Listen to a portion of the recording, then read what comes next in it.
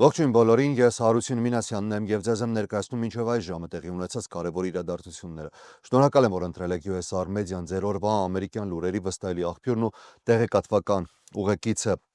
Շնորհակալ եմ նաեւ, որ ձեր անընդհատ աջակցությունն եմ ստանում, լինի դա ալիքին բաժանորդագրվելը, հավանություն լայք դնելը կամ պարզապես մեկ ջերմ շնորհակալական խոսքը մեկնաբանությունների բաժում։ Լուրերը բավականին հետաքրքիր են, կարևոր լուրերն եմ առանձնացրել, այնպես որ դիտեք միջև վերջ, ու սկսենք Կալիֆոռնիայից, որն ուղիղ ազդեցություն ունի նաև մեր հայրենակիցներից շատերի ներկայի ու ապագայի համար։ ԱՄՆ տրանսպորտի նախարարությունը հայտարարել է, որ Կալիֆոռնիայի DMV-ն չեղարկել է 17,000 կոմերցիոն վարորդական իրավունք, որոնք ըստ նախարար Շոն Դաֆիի ապօրինի են տրվել վտանգավոր օտարերկրյա վարորդներին։ Սակայն նահանգապետ Գևին Նյուսեմի գրասենյակը անմիջապես հակադարձել է, հայտարարելով, որ Դաֆին տարածում է ապատեղեկատվություն, փորձելով հաջողանալ իր առաջնորդին։ Դաֆին հայտարարել էր, որ լիցենզիաները պետք է չեղարկվեին, քանի որ դրանք տրվել էին օտարերկրյա քաղաքացիների, որոնք չունեին օրինական իրավունք կոմերցիոն վարորդ լինել ԱՄՆ-ում։ Նյուսոմի գրասենյակը սակայն պնդում է, որ խոսքը ապօրինի ներգաղթյալների մասին չէ եւ որ DMV-ն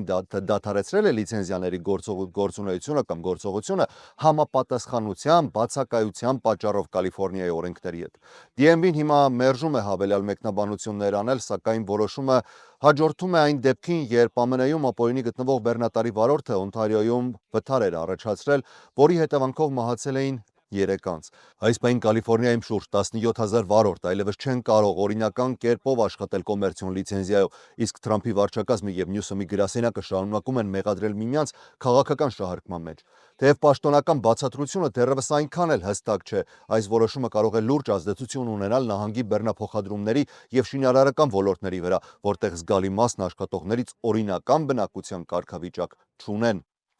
Երեկ ուշ երեկոյան Օքլահոմայի արևմտյան մասում գտնվող Ոդերֆորդ քաղաքում տեղի ունեցած խոշոր քիմիական արտահոսքը տասնյակ մարդկանց է վնասել ու ստիպել է հարյուրավոր բնակիչների տարհանվել իրենց տներից, հայտնում են այս մասին տեղական իշխանությունները։ Դեպքը տեղի է ունեցել տեղական ժամանակով ժամը 22-ի սահմաններում, երբ 8500 գալոնանոց բակով բեռնատարից սկսվել է թունավոր ամոնիակի արտահոսք։ Այս մասին հայտնել է Ոդերֆորդի ոստիկանապետ Անջելո Օրեֆիսը։ Արտահոսքը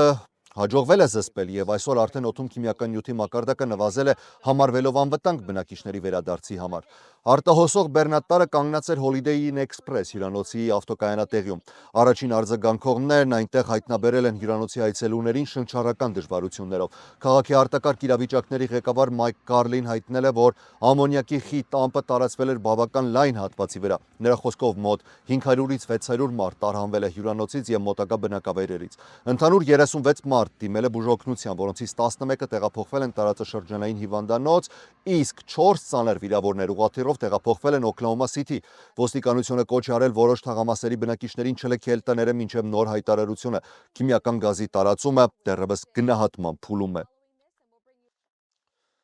Նախագահ Դոնալդ Թրամփը քննարկում է հնարավոր ռազմական գործողություններ Վենեսուելայում, այդ թվում հարվածներ ցամաքային թիրախների վրա, հայտնում են մի քանի աղբյուրներ ծանոթ Վաշինգտոնի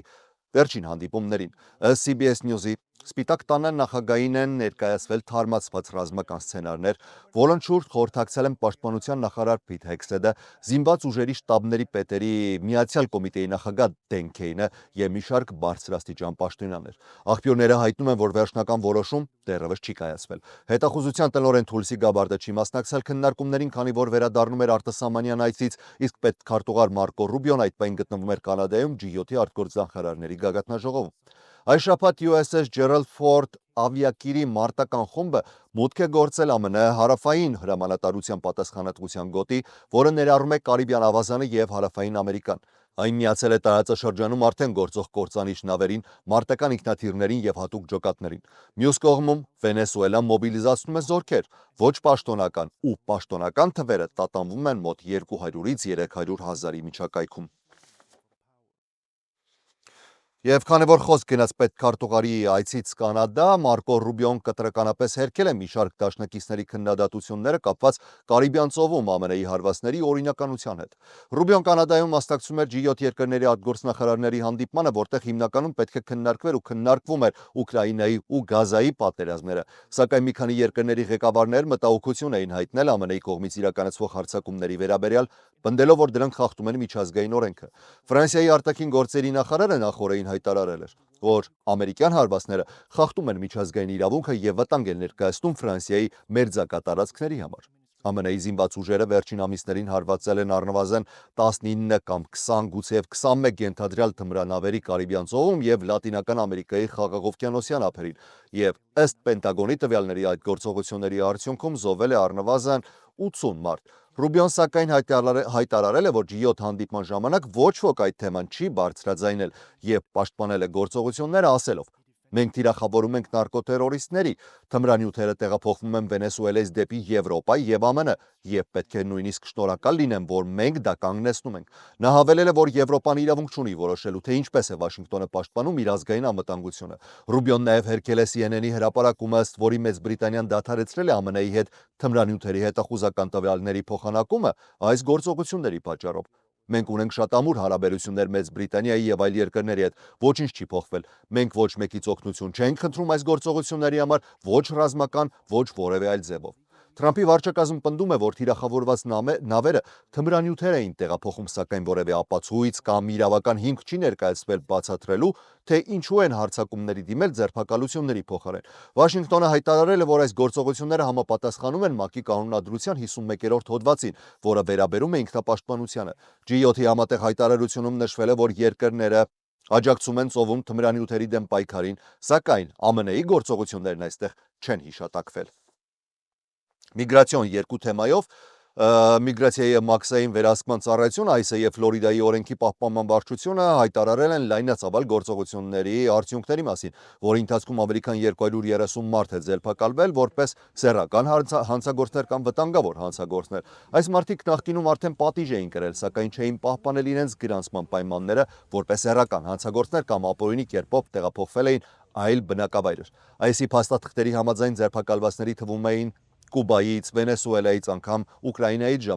ժամանած անձիկ։ Այս գործողությունը համարվում է Թրամփի վարչակազմի ամենամեծ ներգաղթի եւ հանրային անվտանգության արշավներից մեկը, ուղղված է ոչ միայն ապօրինի ներգաղթյալներին, այլ հատկապես նրանց, ովքեր դատապարտվել են սեռական հանցագործությունների եւ բռնությունների համար։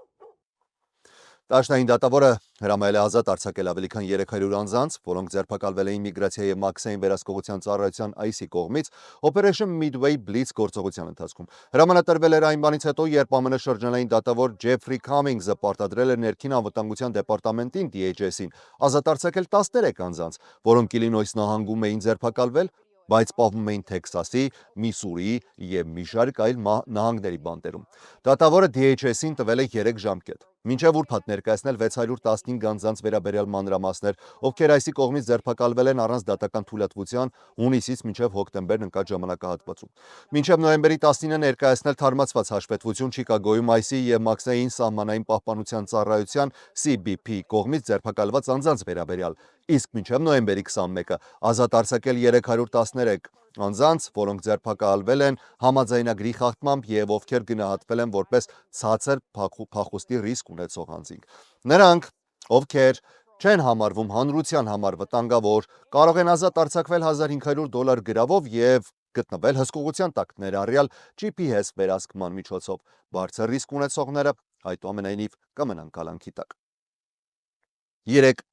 Գիշեր նախագահ Դոնալդ Թրամփը ստորագրել է ֆինանսավորման փաթեթը վերաբացելով դաշնային կառավարությունը եւ ավարտելով երկրի պատմության ամենաերկար 43-օրյա փակումը։ Կառավարությունը վերսկսում է իր բնականոն աշխատանքը։ Ի վարչակազմը եւ կոնգրեսի մեր գործընկերները շարունակելու են աշխատել, իջեցնելու ապրուստի արժեքը, վերականգնելու հանրային անվտանգությունը, զարգացնելու տնտեսությունը եւ դարձնելու Ամերիկան հասանելի բոլոր ամերիկացիների համար, հայտարարել է Թրամփը։ Փաթեթը կոնգրեսում ընդունվել է ավելի վաղ, ներկայացուցիչների պալատում էլ 222 կողմ եւ 209 դեմ ձայների հարաբերակցությամբ։ Դեմոկրատները, չնայած իրենց դժգոհությանը, չեն կարողացել հասնել առողջապահական սուբսիդիաների երկարաձգման համաձայնության, որի պատճառով էլ սկիզբ է առել այս երկարատև կոլապսը։